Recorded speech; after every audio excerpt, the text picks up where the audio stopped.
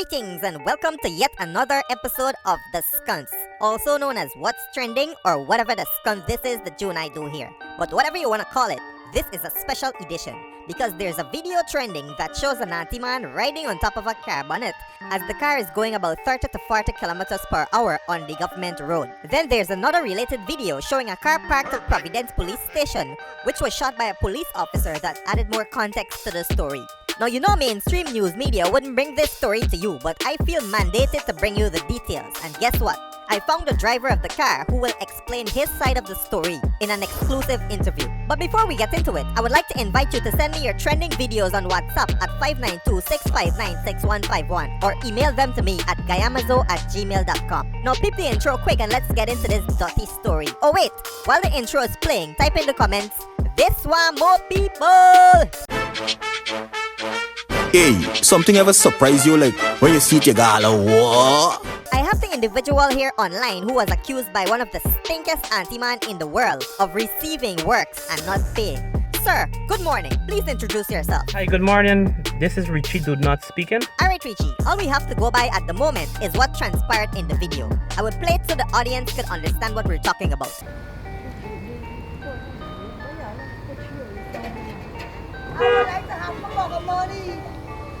Hello, this is a station, this high amount of indiscipline, we cannot tolerate here, you know. We cannot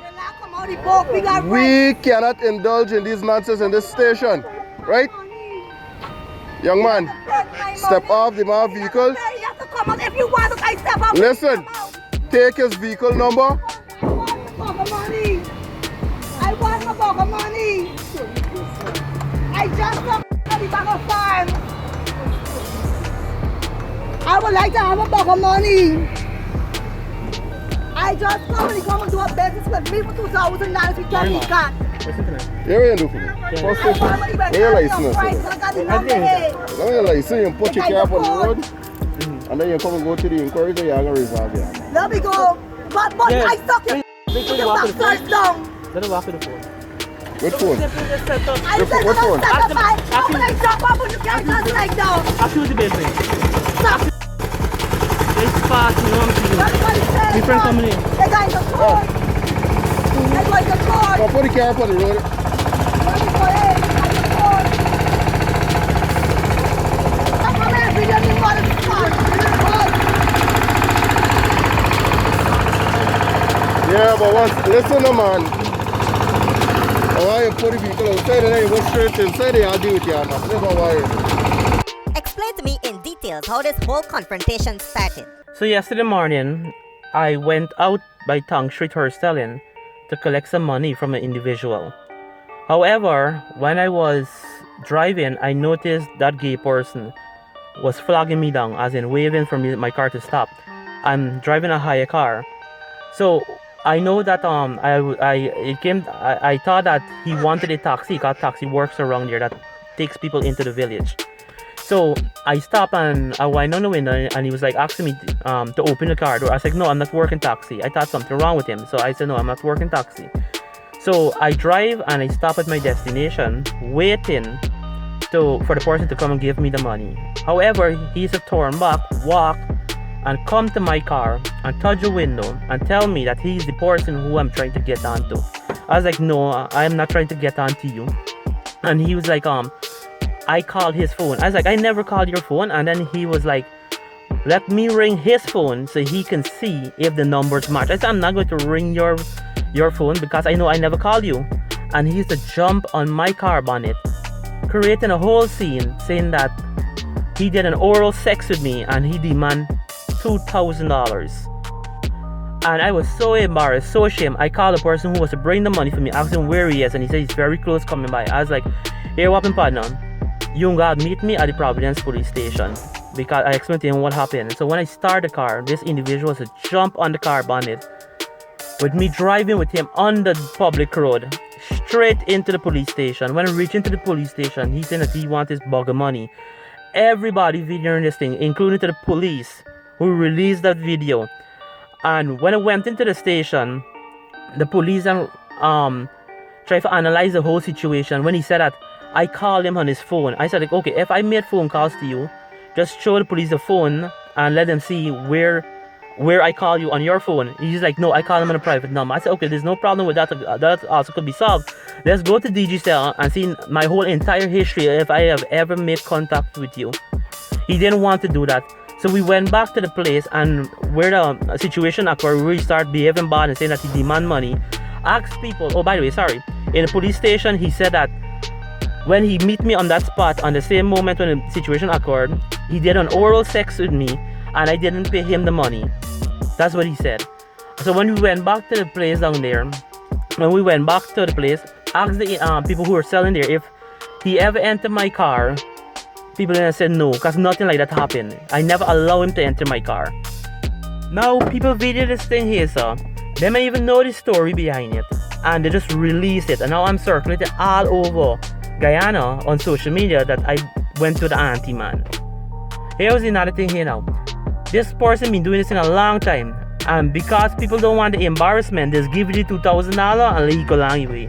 But I refuse to be bullied. I'm not going to take bully by anybody. Because if I give him $2,000, he's going to be doing it again. So I want to make it an example. I'm going to take this matter to court. I'm not letting it down easy.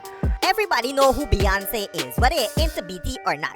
Didn't you know who he was when he flagged you down? Why did you decide to stop? And why do you think he decided to pick on you? The thing about it is that I never expect something like that would have happened to me. I never expect that. But what I understand, what people tell me is that he does do that to people who he know. And he don't know me, but of course I know he. Why did I stop? Out of courtesy, that's why I stopped. That is why I stopped when he flogged me down. Never know that I would have been set up. The reason why I think he picked on me is that he thinks I was some easy target. He did not realize that I would actually backfire on him. That he thinks that when he opened his mouth, I would have given him the money easily to save embarrassment. But I can't give you money, and I did not do anything. I never even have any conversation with you in my whole entire life. So this whole thing ended up at the station. Did anybody get charged? Any court date? Beyonce was at the police station when I went to make the report. The police allowed Beyonce to come back with us to the spot. When we came back to the spot down there, and he was proven wrong by the people who was there, Beyonce helped my car and run away. The policeman, like, he going to handle no situation.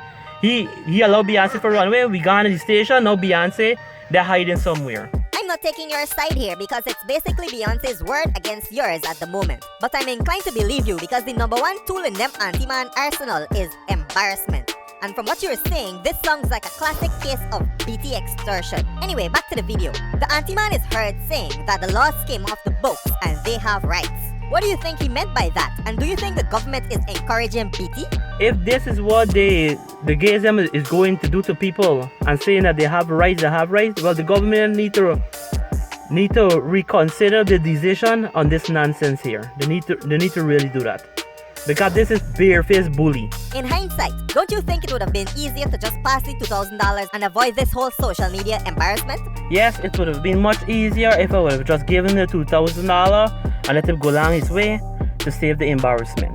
But what was I doing? If I did that, what was I doing there? I was selling my integrity, and I refuse to sell my integrity. I'm not going to be bullied by nobody for me to pay them something that I did not do. Is there anything you want to tell the public before we close off? I would like to let the public know that this whole thing here is a big setup, it's a big fraud, and I would also like to tell people who've been bullied, listen, the law is always there to defend you, and as long as you are the truth, don't be afraid, stand up. Even if you have to go through the embarrassment, once you know the truth, at the end, the truth will defend you. Okay, Richie, thanks for sharing your story, and I wish you all the best in your pursuit for justice. Thank you, Mudwata. Thanks so much for interviewing me. And yes, I will go on with this here, and I'm not resting until he's arrested and taken to court. I'm not resting for this here.